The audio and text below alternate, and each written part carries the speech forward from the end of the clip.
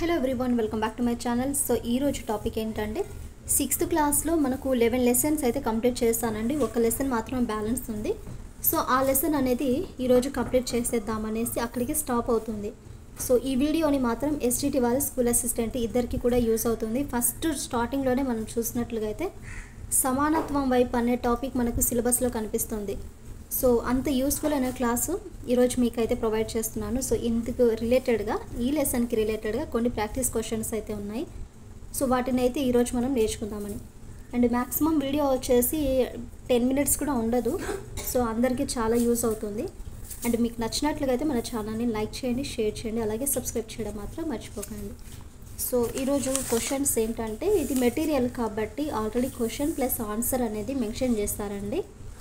So first question మనం చూసినట్లుగా అయితే ఇక్కడ ప్రజల మధ్య మనం గమనించే వ్యత్యాసాలను ఏమంటారు?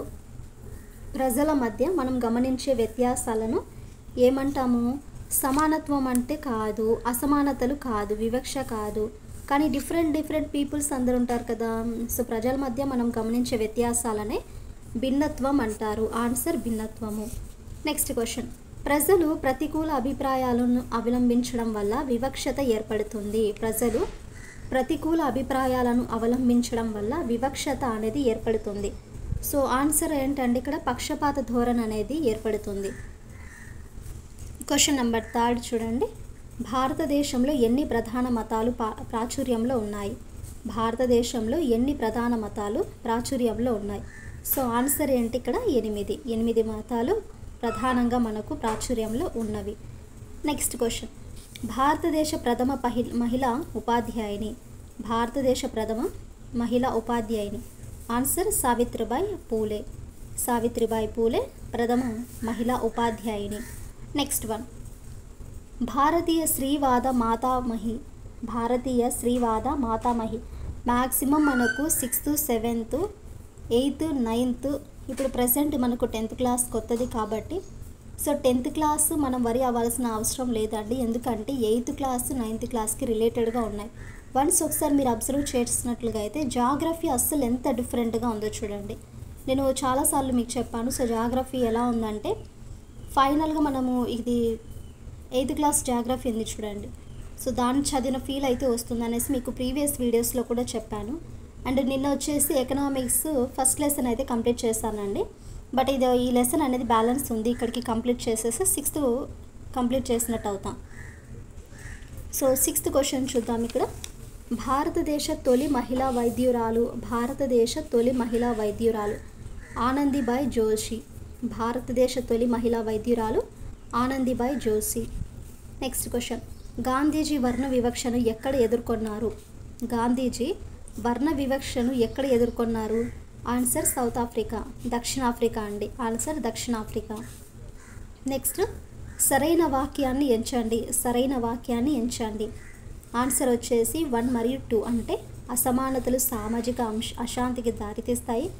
అసమానతలు పేదరికానికి దారితీస్తాయి. అసమానతలు సామాజిక అశాంతికి దారితీస్తాయి. అసమానతలు పేదరికాన్ని దారితీస్తాయి.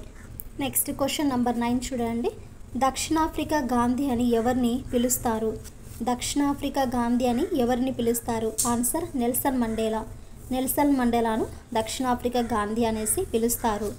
నెక్స్ట్ క్వశ్చన్, భారత రాజ్యాంగంలోని 17వ నిబంధన దేనిని తెలుపుతుంది? సో దేని గురించి చెబుతుందంటే అంటరానితనాన్ని పాటించడం నిషేధం అనేసి మనకు భారత రాజ్యాంగంలో ఆర్టికల్ 17 అనేది చెప్తుంది. దేని గురించి అంటే అంటరానితనాన్ని పాటించడం నిషేధం అనేసి 17వ నిబంధన చెబుతుంది. క్వశ్చన్ నెంబర్ 11, దేశ ప్రజలందరికీ సమాన హోదాను అవకాశాలను కల్పించేది ఏది? దేశ ప్రజలందరికీ సమాన హోదాను అవకాశాలను కల్పించేది ఏది? ఆన్సర్ రాజ్యాంగ ప్రవేశిక అనేది దేశంలో ఎంతమంది ప్రజలు ఉన్నారో సో వారందరికీ కూడా సమానంగా హోదాను ప్లస్ వాళ్ళ యొక్కను ఏవైనా మనకు అవకాశాలు కల్పించేదిగా ఉంటుంది. దాన్ని మనం రాజ్యాంగ ప్రవేశిక అంటారు. నెక్స్ట్ వన్, పైన చిత్రంలో చూపబడిన సంఘ సంస్కర్త ఎవరండి? ఇక్కడ ఆన్సర్ వచ్చేసి మనకు కందుకూరి వీరేశలింగం అండి. సో మీరు ఇక్కడ జ్యోతిరావు పూలే అని కన్ఫ్యూజ్ అవుతారు. ఎందుకంటే ఇక్కడ మనకు ఈయన తలపాగా అనేది ధరిస్తారు కదా. సో అలా చిన్నపాటి కన్ఫ్యూజన్ అయితే ఉంటుంది. కానీ ఇక్కడ చూపబడిన చిత్రంలో ఉన్న సంఘ సంస్కర్త వచ్చేసి కందుకూరి వీరేశలింగం గారు. నెక్స్ట్ వన్ 13 చూడండి. స్త్రీలను అగౌరవపరచడం, సమానంగా భావించకపోవడం అనేది దేన్ని సూచిస్తుంది? లింగ వివక్షతను సూచిస్తుంది. స్త్రీలను అగౌరవపరచడము అలాగే సమానంగా భావించకపోవడం అనేది లింగ వివక్షత. ఆన్సర్ లింగ వివక్షత. 14th question. ఇతర మతాల గురించి తెలుసుకోవడానికి సిద్ధంగా ఉండాలి, వారి నమ్మకాలను గౌరవించాలి. ఈ పైన ఉన్నాయి కదా వాక్యాలు, ఏ వివక్షతను పరిష్కారంగా వివరించబడ్డాయి అంటే మత వివక్షతను పరిష్కారంగా వివరించబడ్డాయి. సో ఇతర మతాల గురించి తెలుసుకోవడానికి సిద్ధంగా ఉండాలి, వారి యొక్క నమ్మకాలను గౌరవించాలి అనేది మత వివక్ష. ఆన్సర్ మత వివక్ష. నెక్స్ట్ వన్ ఇక్కడ చూడండి, ఇప్పుడు మనకు క్లారిటీ వస్తుంది. సో అక్కడ చూసిన పర్సన్ ఆయన ఈయన ఇద్దరు కూడా వేరుగానే ఉంటారు. సో ఇక్కడ మనకి ఎవరు చూసుకుంటే ఇక్కడ జ్యోతిరావు పూలే గారు, అలాగే నెక్స్ట్ దయానంద సరస్వతి గారు వచ్చేసి సేమ్ యాజ్ యూజువల్, నారాయణ గురు గారు వచ్చేసి ఈయన. సో ఇలాగా మనకు మ్యాచింగ్స్ ఉంటాయి. నెక్స్ట్ వన్ వచ్చి చూద్దాము. ఇక్కడ మనకు లోగో కనిపిస్తుంది కదా, ఈ చిహ్నం అంటే ఈ గుర్తు దేనికి మనకు సంకేతంగా ఉంటుందంటే లింగ సమానత్వం చిహ్నం అండేది. ఈ చిహ్నము దేన్ని సూచిస్తుంది? లింగ సమానత్వము చిహ్నాలు ఇవన్నీ కూడా. నెక్స్ట్ వన్ జెండర్ ఈక్వాలిటీ యొక్క సింబల్ అండి. నెక్స్ట్ మనకందరికీ సమాన ప్రతిభ ఉండకపోవచ్చు, కానీ మన ప్రతిభను అభివృద్ధి చేసుకోవడానికి అందరం సమాన అవకాశాన్ని కలిగి ఉన్నాం.